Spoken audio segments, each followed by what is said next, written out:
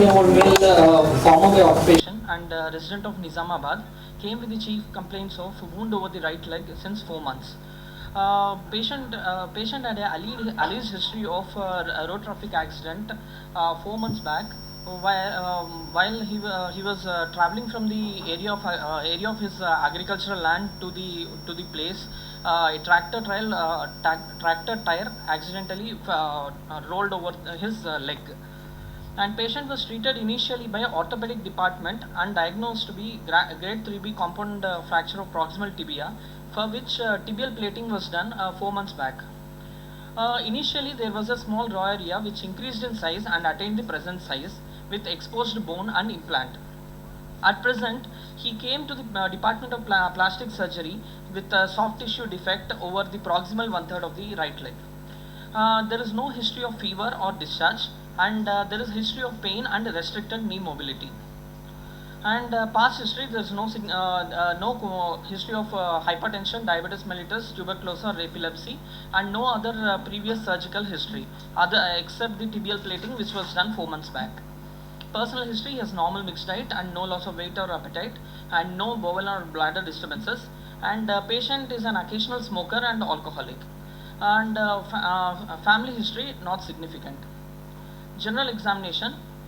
Patient, after taking proper consent, patient is examined in a well lit room, and patient is conscious, coherent, cooperative and well oriented to time, place and person. No pallor, icterus, cyanosis, clubbing, pleural edema, generalized lymphadenopathy, and the vitals are stable, and the other systemic examination is normal. Coming to local examination, on inspection, the patient is on the bed in a lying position, with knee in extension and ankle joint in normal position. And there is a single wound of 12 into 8 centimeter noted in the lateral and anterior aspect of the proximal one-third of the right leg. The extent of the defect is from the lower aspect of the knee joint to 12 centimeter below it, and extending laterally up to 8 centimeter from the anterior border of tibia. The edges are sloping. The floor is formed by exposed tibia bone and implant in upper part, surrounded by dry necrotic areas and unhealthy granulation tissue. The overlying the periosteum is yellow, dull and lusterless, and surrounding skin is pigmented with scarring and edematous, and the patient is in lying down position. He is unable to walk. On palpation, there is no local rise of temperature, and there is tenderness is present. All my inspectory findings are confirmed. Single wound of 9 into 7 centimeter noted on the lateral and anterior aspect of the proximal one-third of right leg. The extent is from lower aspect of knee joint to 9 centimeter below it, and extending laterally up to 7 centimeter from the anterior border of the tibia. All peripheral pulses, anterior tibial artery, posterior tibial artery and dorsal spread artery are palpable. Sensations of the surrounding skin on the foot are normal, and the knee movement is restricted. Ankle toe movements are normal with both passive and active range of motion. There is no limb length discrepancies. The examination of the opposite leg is normal, and the donor site examination, there is no scar marks or wounds noted on thigh or posterior aspect of the leg. My provisional diagnosis is post-traumatic soft tissue defect over proximal one-third of right leg with exposed tibia with implant. So shall I continue, sir? I would proceed with investigations. I would take this is an X-ray of anteroposterior view X-ray of right leg with knee joint with tibial plating done 4 months back with tibial plate, and 7 screws are present.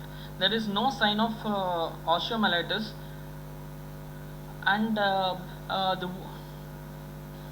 I would also do wound swab for the wound, and the Doppler examination to see the course of anterior tibial artery and posterior tibial artery. Yes. have examined Talking about the arterial patency and doctoral. Where do you want to do doctorate? For arterial patency, or if you want to do doctorate for other reasons, ma'am, to see the perforator, ma'am, posterior artery perforators. Handheld doctors. Handheld doctors. Does this fracture as hip united? It appears to, for it's 4 months old, sir. It appears to be united, sir, on the arterial plate. Was there any evidence of fracture there? Any other X-ray we check? Fracture X-ray is not provided. Is the fracture line visible? This barely visible. The oblique line barely visible. Back fracture dense line is there. What about the inflammation in the distal part of the Distal part of the leg is normal, sir, without any abrasions or scar marks or the skin, sir. I'm especially asking about the ankle movement and ankle movement, motor activity around the Yes, sir, I have told, sir. The ankle toe movements is normal, both passive and active range of motion. What about the sensation? The sensation of surrounding skin and foot are intact, sir. Why these examinations are important in this type of case? Why I am asking specifically question about the ankle movement and the sensation in the distal part of the leg. Sir, the common peroneal nerve courses just below the fibular neck. That is the area where the injury happened, but the sensation is intact, sir. The depth of the middle of the leg also you have to compare with the normal. I have, yes, sir. Yes, ma'am. No length discrepancies. This is the present status? No, sir. What is the present status? Present status, it is given for me in the after debridement, sir. After debridement and negative pressure wound therapy. And even the plates are removed. Plates are not removed. Over the fibrosis are there. I don't know. What else? And you did not mention that.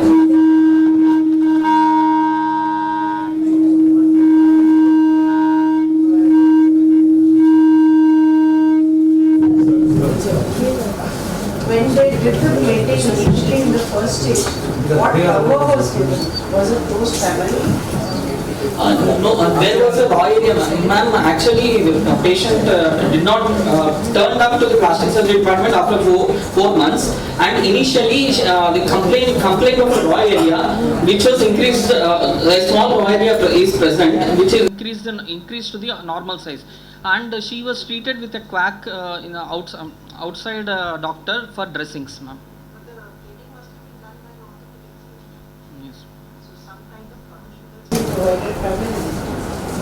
Given the fact it was a tractor runover injury, this may have probably been a closed injury which was an hour. They must have opened up the skin and plated underneath. So I think that is the most likely possible. And then that skin flap would have not been closed. Have they removed the plate here? Looks Yeah, so it looks like Why have they extended the incision? What is the plate size? We have plate. no. Where is the plate? In this picture, the plates are there. They have removed it. Yeah, the holes are there. So Dr. Skanda mentioned what kind of injury is that for? Some kind of, is there what he mentioned? It's a tractor runover injury, closed injury, very common. They open up, whole thing will close. What is that injury? Internal decluttering. Veins through which you get the decluttering. Veins. Subfacial, they goes through. Where is it? What vein does it decluttering happen?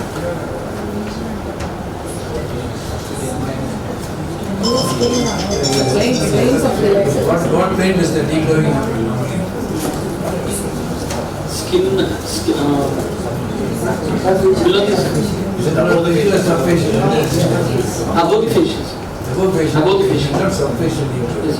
Suprafacial. Epifacial.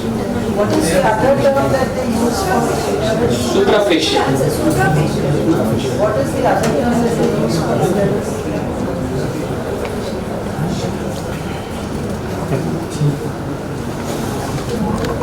Physiological avulsion or anatomy.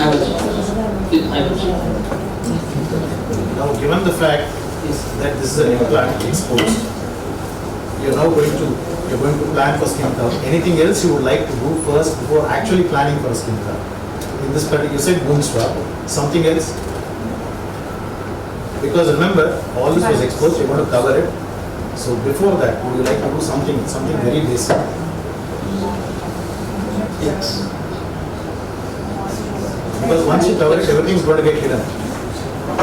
I'm giving you a clue. Because you'll be faced with this problem every time. Bio. Biopsy. You are saying biopsy. You said biopsy, right? Which biopsy? Why? Is this bone viable? Bone marrow. Is this bone viable? It looks like lusterless. What that is asked. Dull lusterless. Any of these things, you always do a counts. You do a basic, you try to find out if the patient has got any form sepsis before you start a formal reconstruction. I would personally do a counts and a program to start with. What will you do with the dead bone, the lusterless part? Lusterless, I would during the debridement, I would chisel the dead bone until the fresh bleed appears. There's already a fractured bone which is plated. And that too upper side of the bone. There is a bleeding from that bone. That one is live bone. It will again fracture. But you have to do something. What will that? What you will do? Use a gentle part.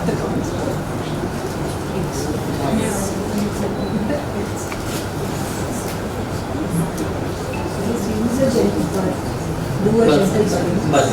Not with the chisel so that you Yes. refracture the Yes. already united part. Anyway, how will you manage this entire scenario?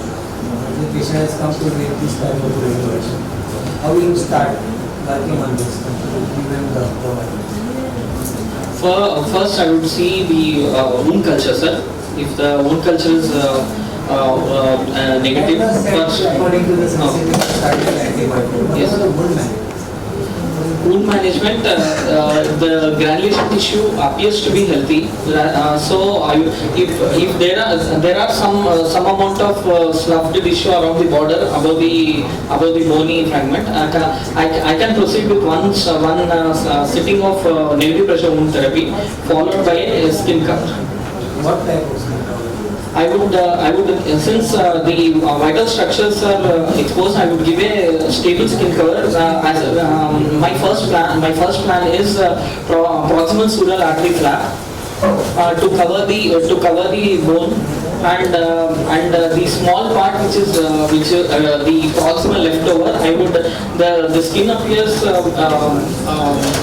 The skin can get approximated, or I'll give a graft for the small area left over. This is a defect of 10 into 8 centimeter, and which I would cover with a proximal sural artery flap, and the lower the 4 into 2 centimeter I will try for a primary closure or graft, give a skin graft. This is my first plan, sir. So only one question. How did you position the patient for proximal sural artery flap? What is the position which you marked? The proximal sural artery flap is marked in the prone position, sir. Prone position. That doesn't look like one. It looks like patient is on side. Actually, the photograph is green, sir.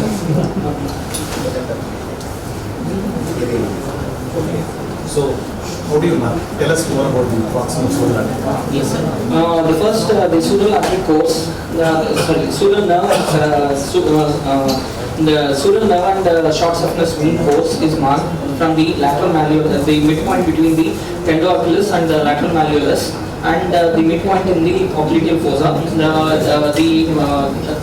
The line is drawn in between these 2 points, and this line shows the course of the course of the sural nerve and Is that marking correct? in between middle. Yeah. So whenever you're presenting a marking should be correct, because that itself takes a question. Here it's going right on the lateral malleolus. So Yes, sir, towards the center. Proceed. And then I would see the proximal sural artery flap is dependent upon the superficial sural artery coming from the popliteal, just below the popliteal crease. How much below? What is your pivot point? Pivot point will be 2 centimeter below the popliteal crease, sir. 2 centimeter below the popliteal crease, and towards the lateral border there is around 6 centimeter the pedicle is given, and after that the islanded flap marked and is obliquely placed on the defect, and the lower one third is grafted How is it brought here? through a tunnel on the lateral side. You think the whole thing will cover the entire defect? No, sir. Lower. This 10 into 8 centimeter will be covered, sir. The others.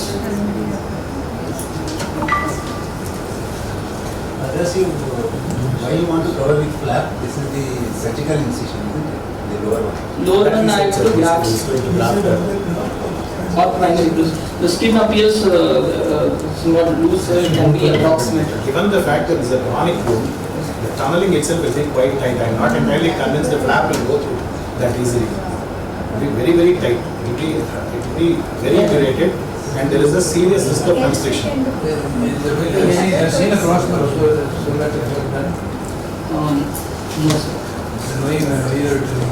No, sir.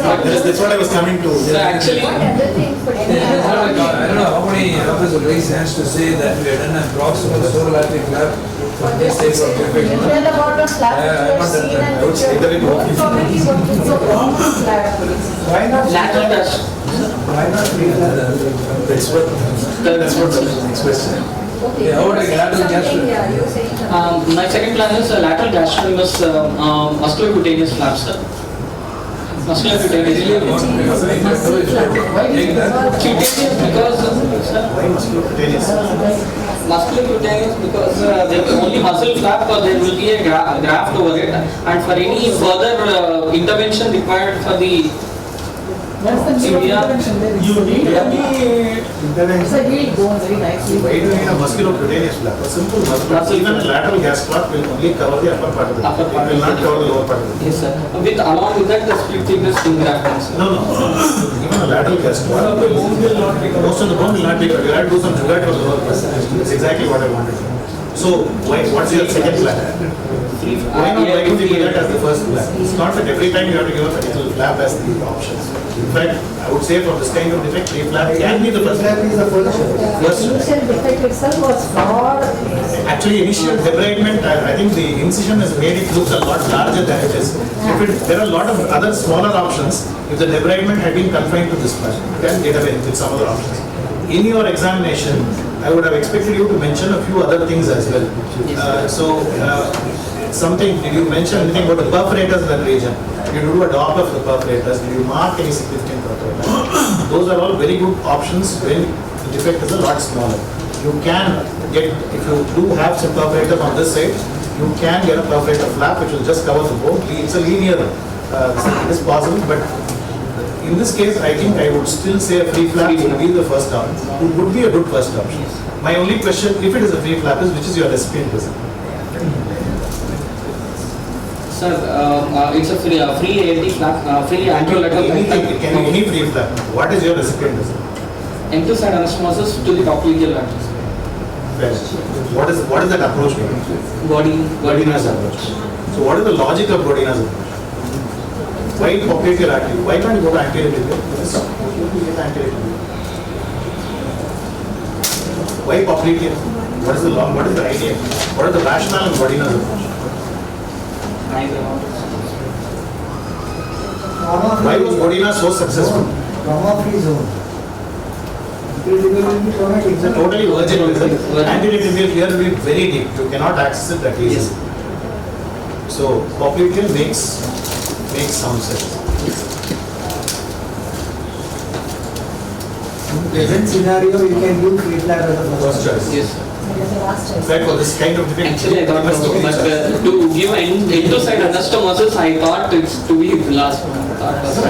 See, I think with good technique, I don't think that should really be an issue. So this is a defect where if it's a free flap, the first choice, provided you justify the result, anyone will accept it. Today's examiners very comfortably accept free flap as first choice. Please remember that. Yes. And all examiners will accept that. And we can always ask you that in case the flap fails, what else you could do? We can go to other choices for discussion. Yes. But please don't be worried to give free flap. And occasionally don't be worried to tell even double substitutes as first choice. Don't be worried to tell back as first choice, back with the graph. Don't be worried about all that. Any other recipient present? You can think of? If in the virgin area, I can think about peroneal artery or Pneumonia artery. genicular artery, so lateral genicular. Lateral genicular. Can you think of your distal? Can you, whatever your free flap, your descending branch flaps are complex. Go a little higher, you'll get the same thing. Sometimes a little small, but you can get. But still, I think the best bet will be the popliteal artery. Thank you.